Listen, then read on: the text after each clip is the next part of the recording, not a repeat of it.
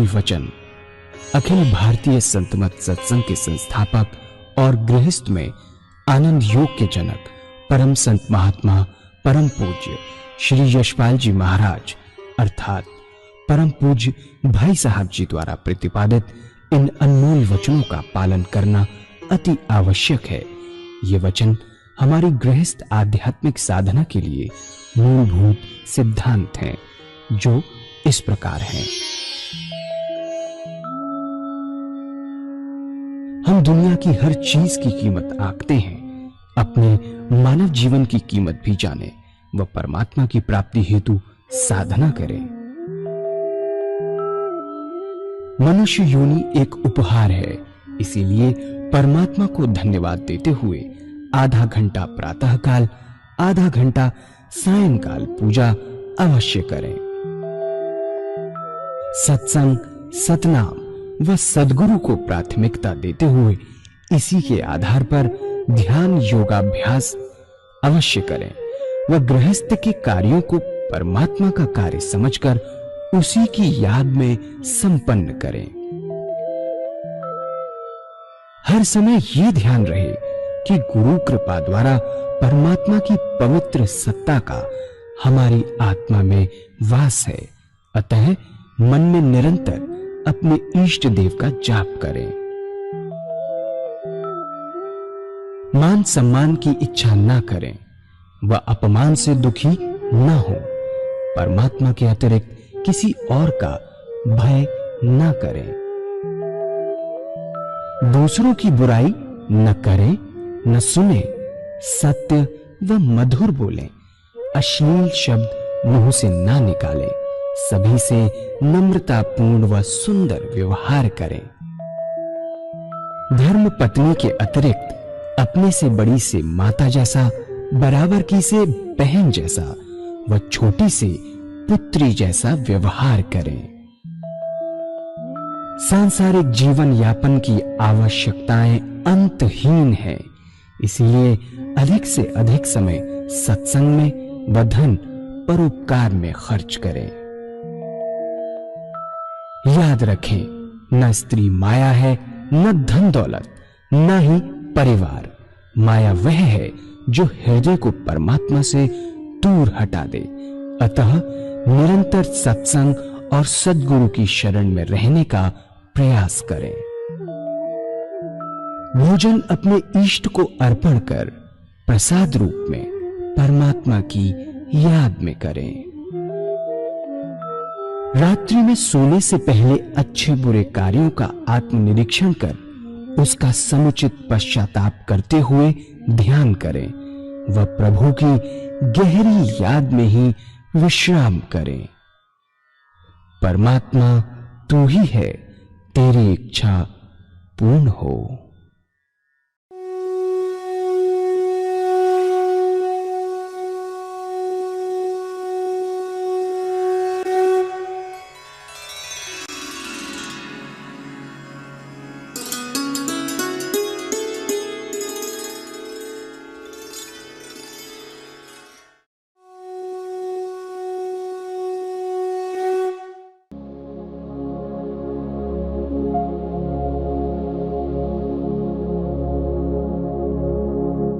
जय सद्गुरुदेव जय पद शरणं श्री यशरूप चरणों शरणं। जय सद्गुरुदेव जय पद शरणं श्री यशरूप चरणों शरणं। గురుదేవులు ఇందాక మనకి మానసిక పూజ ఏ విధంగా చేయాలో చెప్తూ మనసు ద్వారా ఎక్కువ సమయం, రోజులో ఎక్కువ సమయం మా విధానంలో 1-3 సార్లు చెప్తున్నారు గురుదేవులు. ఈ విధానంలో, ఈ సత్సంగంలో మీ విలువైనటువంటి సమయం ఏది కూడా వృధా కాదు. మీ ప్రపంచం తాలూకా పనులు కానీ, మీ గృహస్థ తాలూకా పనులు చేసుకోవడానికి కానీ కావాల్సిన సమయం ఏది కూడా ఒక్క నిమిషం కూడా వృధా చేయరు. మీ దగ్గర ఉన్నటువంటి ఖాళీ సమయం ఏదైతే ఉందో అదే మేము తీసుకుంటున్నాం మీ చేత ధ్యానం సాధన చేయించడానికి అని చెప్తున్నారు. కనుక మనసు ద్వారా అభ్యాసం, ధ్యానం ప్రారంభిస్తూ ముందుగా మనం ఇష్టదైవం యొక్క రూపాన్ని నామాన్ని నిశ్చయం చేసుకున్నాం. అదేవిధంగా ధ్యానానికి ఎలా కూర్చున్నామో, ఎలాగా ధ్యానం ఎలా మొదలు పెట్టాలో, మనసు ద్వారా హృదయం ద్వారా ఎలా ధ్యానం చేయాలో, ఇష్టదైవాన్ని ఎలా నిశ్చయించుకోవాలో ఇవన్నీ కూడా చెప్పారు గురుదేవులు. ఇప్పుడు ఏం జరిగింది, ఉదయం సాయంత్రం ఒక అర్ధగంట సమయం ఈ రోజు వరకు మీరు చేస్తున్నటువంటి ప్రాపంచిక పూజలు ఏదైతే ఉన్నాయో, దీపారాధన కానివ్వండి, స్తోత్ర పఠనాలు కానివ్వండి, పువ్వులు పెట్టడం, నైవేద్యాలు పెట్టడం, హారతలు ఇవ్వడం అన్నీ కూడా కొనసాగించవచ్చు. ఏది కూడా మానేయమని చెప్పట్లేదు. దానిలోనే చిన్న మార్పు తీసుకురమ్మని చెప్తున్నారు గురుదేవులు.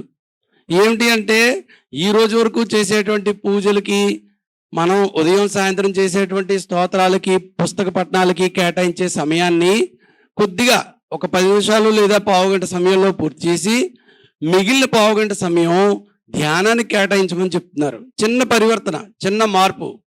ఈ రోజు వరకు మీరు చేసే పూజలోనే చిన్న మార్పు తీసుకురమ్మని చెప్తున్నారు గురుదేవులు. ఒక 15 లేదా 20 రోజులు ఈ విధంగా మీరు ధ్యానం చేసి చూడండి. దాని యొక్క లాభం ఏమిటో మీకే తెలుస్తుందని చెప్తున్నారు గురుదేవులు. కనుక ఉదయం సాయంత్రం ఇదే విధంగా కూర్చుని ధ్యానం చేయడం జరుగుతుంది. మీ యొక్క పూజా కార్యక్రమాలు అన్నీ అయిపోయాక ధ్యానం చేస్తాం. అదేవిధంగా ఉదయం సాయంత్రం ప్రతి వ్యక్తి కూడా భోజనానికి 20 లేదా 30 నిమిషాలు కేటాయిస్తాడు. మధ్యాహ్నం అర్ధగంట, రాత్రి అర్ధగంట మనందరం కూడా భోజనానికి కేటాయిస్తాం. మరి ఈ సమయం అంతా కూడా వృధాగా పోతుంది కదా. ఈ సమయంలో మనం ప్రాపంచిక పనులు చేయట్లేదు, వ్యాపారం తాలూకా పనులు చేయట్లేదు, ఉద్యోగం చేయట్లేదు, చదువుకోవట్లేదు, అలాగే ఇంట్లోనే వాళ్ళు ఇంటి తాలూకా పనులు చేయట్లేదు. కేవలం భోజనానికే మనం ఉదయం అర్ధగంట, సాయంత్రం అర్ధగంట, గంట సమయం కేటాయిస్తూ ఉన్నాం. ఇదంతా కూడా వృధా అయిపోతుంది. మీరు గనక కోరుకుంటే మీ రోజువారీ జీవితంలో ఒక గంట ఎక్కువగా పరమాత్మకి, భగవంతుడికి ఇవ్వాలి అని మీరు నిశ్చయించుకున్నట్లయితే గురుదేవులు దీంట్లో కూడా చిన్న మార్పు చెప్పారు. అదేమిటి, భోజనాన్ని భగవత్ చింతనలో తినాలి. మనకి వడ్డించినటువంటి భోజనాన్ని ముందుగా మన ఇష్టదైవానికి సమర్పించి ఆయన యొక్క ప్రసాదంగా భావించి ప్రతి ముద్ద కూడా మన ఇష్టదైవం యొక్క నామస్మరణలో తీసుకోవాలి. ఆఖరికి గుక్కు నీళ్లు కూడా మన ఇష్టదైవం యొక్క నామస్మరణ లేకుండా తాగకూడదు. ఈ విధంగా భోజన సమయం ఉదయం అర్ధగంట, సాయంత్రం అర్ధగంట పరమాత్మ నామస్మరణలో భోజనం చేయడం వలన కలిగేటువంటి లాభం ఏమిటి అంటే 3 రకాలైనటువంటి లాభాలు చెప్పారు గురుదేవులు. మొట్టమొదటిది, గంట సమయం ప్రపంచానికి వృధాగా పోకుండా పరమాత్మకి ఇచ్చాం. చూడండి, భోజన సమయంలో మనందరం చేసే సర్వసాధారణమైన పని ఏమిటి, ప్రాపంచిక విషయాలు, ఇంట్లో కబుర్లు, స్నేహితుల విషయాలు, బంధువులకు సంబంధించిన విషయాలు మాట్లాడతాం. ఇదంతా కూడా వృధాయే కదా అని చెప్తున్నారు గురుదేవులు. దాని బదులు భగవన్నామస్మరణలో స్వీకరించడం వలన మన శరీరానికి కావాల్సిన శక్తి ఏర్పడుతుంది అని చెప్తున్నారు. రెండోది, స్వాదేంద్రియ నిగ్రహణ, అంటే రుచుల్ని జయించడం, నాలుకని జయించడం, కంట్రోల్లో పెట్టుకోవడం. ఎప్పుడైతే నాలుకని కంట్రోల్లో పెట్టుకున్నామో, రుచులను జయించామో, పదే పదే మనం కొత్త కొత్త రుచులు తినాలని కానీ రకరకాలైనటువంటి ఆహార పదార్థాలు భుజించాలనే కోరిక కలగదు. మూడవది జరిగేటువంటిది ఏమిటి అంటే, ఎక్కువగా తినియం. ఎంత తినాలో అంతే తింటాం. శరీరానికి ఎంత అయితే అవసరమో అంతే తింటాం. ఎక్కువగా భోజనం చేయడం వలన అనారోగ్యం పాలయ్యేటువంటి ప్రమాదం కూడా ఉండదు. ఇక అతి ముఖ్యమైనటువంటిది, భగవన్నామస్మరణలో భోజనం చేయడం వల్ల కలిగే అతి గొప్ప లాభం ఏమిటి అంటే, ఆ పరమాత్మ నామస్మరణలో తినడం వల్ల కలిగిన శక్తి, ఆ భోజనం ద్వారా వచ్చినటువంటి రక్తం శరీరం అంతటా ప్రవహించడం వలన శరీరం అంతా కూడా భగవన్నామస్మరణ చేస్తుంది. దీనివల్ల కలిగే లాభం ఏమిటి అంటే, మీరు ఉదయం సాయంత్రం ధ్యానం చేయడానికి కూర్చోగానే మీ మనస్సు ఆటోమేటిక్గా ఎటువంటి ఒత్తిడి కానీ ఎటువంటి ప్రెషర్ కానీ లేకుండా ఆటోమేటిక్గా భగవన్నామస్మరణ చేస్తుంది. దీనినే మహాత్ములు ఆహార శుద్ధి అని చెప్పారు. మనందరం కూడా భగవద్గీత, చాలామంది మనలో భగవద్గీత చదివాం. అందులో శ్రీకృష్ణ పరమాత్మ ఏమని తెలియచేశారు, పరమాత్మను పొందడానికి 4 ముఖ్యమైనటువంటి విషయాలు అత్యంత ఆవశ్యకత అని చెప్పారు. ఆహార శుద్ధి, విహార శుద్ధి, అభ్యాసం, వైరాగ్యం. మన మహాత్ములు కూడా అదే చెప్తూ ఉన్నారు, పరమాత్మ చెప్పిన విషయాన్నే. దీన్నే ఆహార శుద్ధి అంటారు. భగవంతుడి యొక్క స్మరణలో భోజనం తినడం వలన మనం తినేటువంటి భోజనం పరిపూర్ణంగా పరిశుద్ధం గావించబడుతుంది, ప్రసాదంగా మారిపోతుంది. ఆ భోజనం స్వీకరించడం వల్ల మనలో కలిగేటువంటి మార్పు, మనలో వచ్చే ఆలోచనలు ఇవన్నీ కూడా మారిపోతాయి. దీన్నే ఆహార శుద్ధి అంటారు. అదేవిధంగా ఉదయం అర్ధగంట ధ్యానం, సాయంత్రం అర్ధగంట ధ్యానం, అభ్యాసం.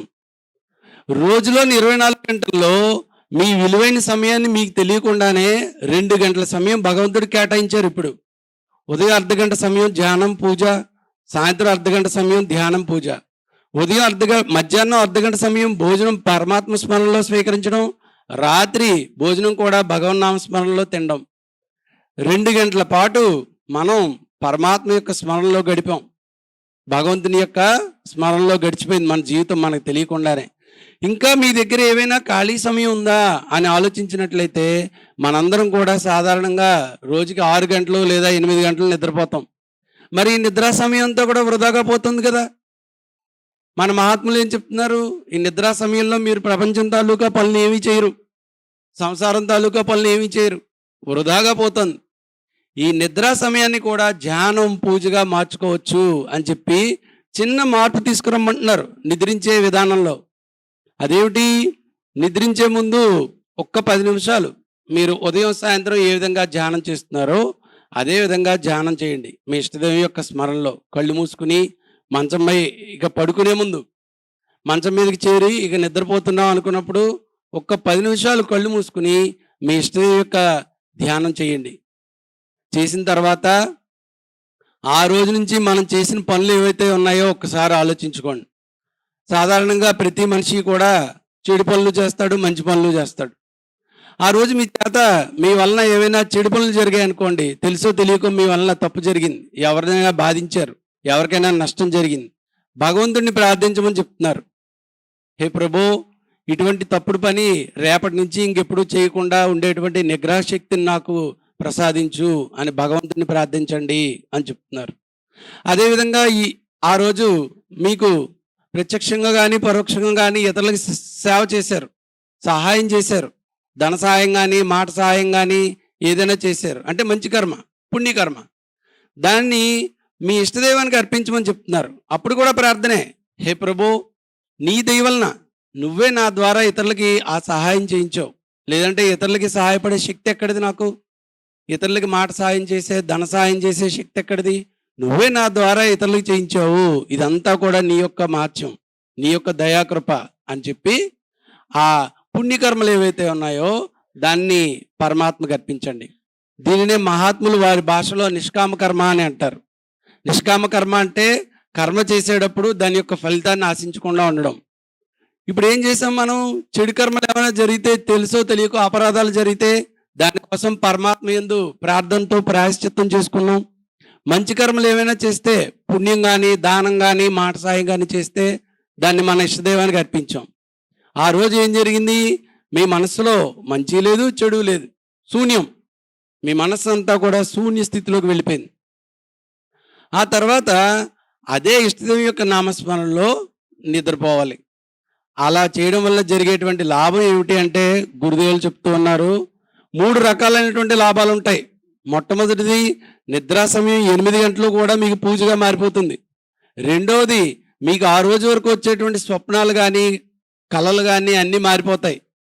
మూడవది, శరీరం చాలా తేలికగా నిద్రకి ఉపకరించడం వలన మర్నాడు మీరు లేచి మీ దైనందిన కార్యక్రమాలు చేసుకోవడానికి కావాల్సిన శక్తిని పొందుతుంది. అప్పటి వరకు మీకు కలిగే స్వప్నాలన్నీ మారిపోతాయి, ప్రాపంచిక కళలు రావు. ఇష్టదేవి యొక్క దర్శనం, పరమాత్మ యొక్క దర్శనం, పుణ్యక్షేత్రాలు, తీర్థయాత్రలు చేస్తున్నటువంటి కళలన్నీ వస్తూ ఉంటాయి. అంటే దీని యొక్క నిదర్శనం ఏమిటి? మీ మనస్సు ఎక్కువగా భగవన్ నామస్మరణకి ఆకర్షితమవుతోంది. మీ మనసులో పరమాత్మ నామస్మరణ ఎక్కువ జరుగుతోంది. మీకు తెలియకుండానే, చాలా విచిత్రం, మనకి తెలియకుండానే రోజులో 24 గంటల్లో 8 గంటల సమయం భగవంతుడికి ఇచ్చాం. ఆలోచించండి. గురుదేవులు అదే చెప్తున్నారు, మా విధానం చాలా ప్రాక్టికల్ విధానం, మాటలు చెప్పేటువంటి విధానం కాదు, చేతల ద్వారా మనందరి చేత అభ్యాసం సాధన చేయించడం ద్వారా చేసి చూపించేటువంటి విధానం. రోజులో 24 గంటల్లో చూడండి, మనకు తెలియకుండా 8 గంటల సమయం భగవన్ నామస్మరణలో గడిపాం. ఎవరైనా చేయగలమా? ఈ రోజుల్లో ఎవ్వరం కూడా చేయలేం. ఎందుకని? మనందరం గృహస్థులం, మనకి భార్య బిడ్డలు ఉన్నారు, సంసారం ఉంది, ప్రాపంచిక పనులు ఉన్నాయి, బరువు బాధ్యతలు ఉన్నాయి. ఇంతటి తీరిక లేనటువంటి ఎటువంటి వ్యక్తి అయినా సరే రోజులో 24 గంటల్లో 8 గంటలు భగవన్ నామస్మరణలో గడిపేటువంటి విధానాన్ని మనకు తెలియచేశారు. ఉదయం అర్ధగంట సమయం, సాయంత్రం అర్ధగంట సమయం, గంట సమయం ధ్యానం పూజ, మధ్యాహ్నం అర్ధగంట, రాత్రి అర్ధగంట భోజన సమయం భగవన్ నామస్మరణలో గడపడం 2 గంటల సమయం, రాత్రి 6 లేదా 8 గంటల సమయం పరమాత్మని స్మరించి మన ఇష్టదేవి యొక్క నామస్మరణలో ధ్యానం చేసుకుని ఆ రోజుని మనం చేసినటువంటి పనులన్నీ పరమాత్మకు అర్పించి నిద్రించడం. దీనివల్ల ఏం జరుగుతుంది అంటే మనలో విల్ పవర్ పెరుగుతుంది, ఆత్మిక శక్తి పెరుగుతుంది. మన చెడు ఎప్పుడైతే వదిలేస్తూ వచ్చామో చిన్న చిన్నగా మనకి తెలియకుండానే కొద్ది రోజులు అయ్యేసరికి పెద్ద పెద్ద బలహీనతలు కూడా విడిచిపెట్టేస్తాం అని చెప్తున్నారు గురుదేవులు. ఈ విధానం ఒక 15 లేదా 20 రోజులు ఆచరించి చూడండి, మీ జీవితంలో కలిగే మార్పు ఏమిటో మీకే తెలుస్తుంది అని చెప్తూ ఉన్నారు. మన మనస్సులో ఈ విధంగా 8 గంటలు సాధన చేయడం వలన చెరపలేనంతగా గాఢమైనటువంటి ముద్ర పడిపోతుంది భగవంతుని యొక్క రూపం కానీ నామం కానీ. ఇంకెవ్వరూ కూడా చెరపవేయలేరు. గురుదేవులు అదే చెప్తున్నారు. మన మస్తిష్కం, మన మెదడు ఎంత పవర్ఫుల్ అంటే ఆ మెదడులో జరిగినటువంటి చిన్న చిన్న సంఘటనలు, ఎంత చిన్న వయసులో జరిగిన సంఘటన అయినా సరే ఒక్కసారి ముద్రపడిపోతే ఆ వ్యక్తికి 100 ఏళ్ళు వచ్చినా సరే అందరికీ చెప్తాడు, నా చిన్నప్పుడు ఇలా జరిగింది, నా చిన్నప్పుడు అలా జరిగింది అని చెప్పి. మెదడు అంత శక్తివంతమైనటువంటిది. దానికి మీరు ఏది అలవాటు చేస్తే దాన్నే మరలా మీకు గుర్తు చేస్తూ ఉంటుంది. చూడండి, మనం గోదావరి నది ఒడ్డుకి వెళ్తాం, ఇసుకలో చేయి పెట్టామనుకోండి మన 5 వేళ్ళు ముద్ర పడతాయి. కొంచెం లోపలికి నొక్కామనుకోండి ఇంకా గట్టిగా పడుతుంది. ఇంకా కొంచెం లోపలికి నొక్కామనుకోండి మరలా ఆ కెరటాలు వచ్చేంత వరకు కూడా మనం పెట్టినటువంటి చెయ్యి యొక్క ముద్ర అలాగే ఉంటుంది అని చెప్తున్నారు గురుదేవులు. సరిగ్గా ఇదే విధంగా రోజు సాధన అభ్యాసం సమయం పెంచుకుంటూ వెళ్ళగా మీ మనసులో భగవన్నామం యొక్క మహిమ ఏదైతే ఉందో, పరమాత్మ యొక్క నామస్మరణ లేదా మీ ఇష్టదేవి యొక్క రూపం ఏదైతే ఉందో ముద్రించబడిపోతుంది, స్టాంప్ పడిపోతుంది. ఇంక మీరు ప్రపంచంలో ఏ పని చేస్తున్నా, ప్రయాణం చేస్తున్నా, ఇంట్లో పనులు చేసుకుంటున్నా, వ్యాపారం, వ్యవసాయం, వృత్తి, ఉద్యోగం ఏం చేసుకుంటున్నా సరే శరీరం ప్రాపంచిక పని చేస్తూ ఉంటుంది, మనసు పరమాత్మ నామాన్ని స్మరిస్తూ ఉంటుంది. ఇది మా ఈ అఖిల భారతీయ సంతమత సత్సంగ్ యొక్క ముఖ్యోద్దేశం. పరమాత్మ నామస్మరణ ఎప్పుడైతే చెరపలేనంతగా గాఢంగా ముద్రించబడిపోయిందో, ఆఖరి సమయం ఆసన్నమైనప్పుడు అనగా అంత్యకాలం వచ్చినప్పుడు అదే నామస్మరణలో శరీరం విడిచిపెట్టడం జరుగుతుంది. పరమాత్మ అదే కదా చెప్పాడు భగవంతుడు, ఆఖరి సమయంలో ఎవరైతే నా నామస్మరణలో శరీరాన్ని విడిచిపెడతారో వారే నన్ను పొందుతున్నారు అనేటువంటి విషయాన్ని ప్రాక్టికల్గా ఇక్కడ ఈ అభ్యాసం ద్వారా, ఈ సాధన ద్వారా చేయించడం జరుగుతుంది. గురుదేవులు చెప్తున్నారు, మనం నిద్రపోయామనుకోండి మరలా లేస్తామో లేదో తెలీదు. మనల్ని తట్టి లేపేటువంటి వ్యక్తి ఎవరు? భగవంతుడే. ట్రైన్లో పడుకుంటాం, మన స్టేషన్ రాగానే మనకి ఎలా మెలకు వస్తుంది? సడన్గా భగవంతుడు. అలాగే ఈ జీవిత ప్రయాణంలో కూడా పడుకోగానే లేచాము అంటే మరలా మన్నాడు ఒక రోజు మనకి వచ్చినట్లే లెక్క, లేవలేదు అంటే ఆ రోజుతో అయిపోయినట్లే లెక్క. కన్ను మూస్తే నిద్ర, మరలా కన్ను తెరవకపోతే మరణం. ఇంత విలువైనటువంటిది ఈ మానవ జీవితం అని చెప్తున్నారు మహాత్ములు. ఎంతో విలువైనటువంటిది. ఈ 84 లక్షల జీవరాశుల్లోనూ కూడా అత్యంత విలువైనటువంటి జీవి ఏదైనా ఉందంటే కేవలం మానవుడు మాత్రమే. అలాగే ఎక్కువలో ఎక్కువ 100 సంవత్సరాల ఆయుర్దాయం మనిషికి మాత్రమే ఇచ్చాడు భగవంతుడు అని చెప్తున్నారు గురుదేవులు. కొన్ని రకాల పశుపక్షాదులు ఉన్నాయి, జీవ జంతువులు. కొన్ని 5 ఏళ్ళు బతుకుతాయి, కొన్ని 10 ఏళ్ళు బతుకుతాయి, కొన్ని 15 ఏళ్ళు బతుకుతాయి. కానీ 100 సంవత్సరాల జీవితం ఒక్క మానవుడికే ఇచ్చాడు భగవంతుడు. ఎందుకని? సమయం వృధా చేసుకోకుండా మన సమయాన్ని, మన అమూల్యమైనటువంటి జీవితాన్ని సాధన అభ్యాసం చేస్తూ మన బరువు బాధ్యతలన్నీ ధర్మానుకూలంగా నిర్వర్తించుకుంటూ పరమాత్మ నామస్మరణలో ఉంటూ జీవితాన్ని భగవన్మయం చేసుకోవడానికి ఇంత అమూల్యమైన మానవ జీవితాన్ని ప్రసాదించాడు. కనుక ఎంతటి వ్యతీతం లేనటువంటి వ్యక్తి అయినా సరే మా విధానాన్ని ఆచరించినట్లయితే ఏది విడిచిపెట్టక్కలేదని చెప్తున్నారు గురుదేవులు. ఈ రోజు వరకు మీరు చేసే పూజా విధానం కొనసాగించవచ్చు, ఈ రోజు వరకు మీరు తినే ఆహారపు అలవాట్లు కొనసాగించవచ్చు, మీ బంధువులు, స్నేహితులు, మిత్రులు అందరితోనూ సత్సంబంధాలు కొనసాగించవచ్చు. ఏది విడిచిపెట్టక్కర్లేదు. ఇంకా మీ జీవితంలో కొత్తగా భగవన్నామం, ఇష్టదైవ నామం, పరమాత్మ అనే కొత్త వస్తువుని మీ జీవితంలో యాడ్ చేసుకుంటున్నారు, ఏది విడిచిపెట్టట్లేదు అని చెప్తూ ఉన్నారు. ఇది మా అఖిల భారతీయ సంతమత సత్సంగ్ యొక్క సాధనా విధానం.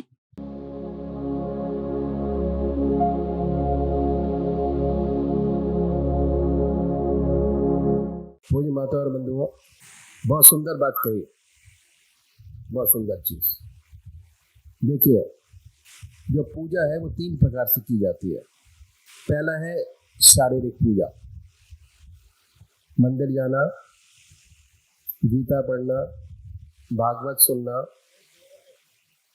दैट ऑल, भजन करना, कीर्तन करना, ये शारीरिक पूजा के अंदर आता है। शरीर से, शरीर हमारा, जब मंदिर जाते हैं तो जाते हुए घर गृहस्थ में लगा होता है, मंदिर में गए, दर्शन किया, उस टाइम पर क्षणिक मात्र को जब दर्शन कर रहे होते हैं तब आपका मन आपके इष्ट के चरणों में लगा होता है। जैसे ही स्वामी बाहर निकलो, स्वामी ने आपको बाहर निकाल दिया, फिर वैसे के वैसे जैसे गए थे वैसे के वैसे वापस आ जाते। पहले पूजा। हमारा रास्ता ध्यान योग का रास्ता है। अखिल भारतीय सत्व सत्संग का रास्ता अष्टांग योग में ध्यान योग। ध्यान की इंपॉर्टेंस है, नाम जाप की भी इंपॉर्टेंस है, ध्यान की उससे ज्यादा इंपॉर्टेंस है। जब तक नाम जाप चलता है तब तक इंपॉर्टेंस रहती है। कंसंट्रेशन का मतलब समझते हैं, एक गिलास के अंदर पानी भरा हुआ है, 1 चम्मच आपने चीनी डाला, कितना मीठा हुआ? 2 चम्मच चीनी डाला और मीठा हो गया, 3 चम्मच डाला और मीठा हो गया। कंसंट्रेशन बढ़ाते चले जाते हैं। इसी प्रकार ये हमारा जो शरीर है, ये एक ग्लास की तरह समझिए इसको। इसमें राम नाम का जितना कंसंट्रेशन बनाते चले जाएंगे उतना मिठास राम नाम की आपके अंदर आती चली जाएगी। ठीक है, ये तो जो दूसरा आगे चीज आती है वो आता है ध्यान योग। ध्यान को अपने जीवन में जोड़ना। ठीक है, आनंद योग। जब ध्यान करेंगे तो शरीर का आनंद आपको प्राप्त होगा, दैट इज आनंद योग। इसमें ध्यान योग है, आनंद योग है, हठ योग है और सहज योग है। सहज भाव से करते हैं, मन पर ज्यादा प्रेशर नहीं डालते हैं, दैट इज सहज योग। ये सारी चीजें हमारे सत्संग के अंदर शामिल है, बड़े आराम से करते हैं।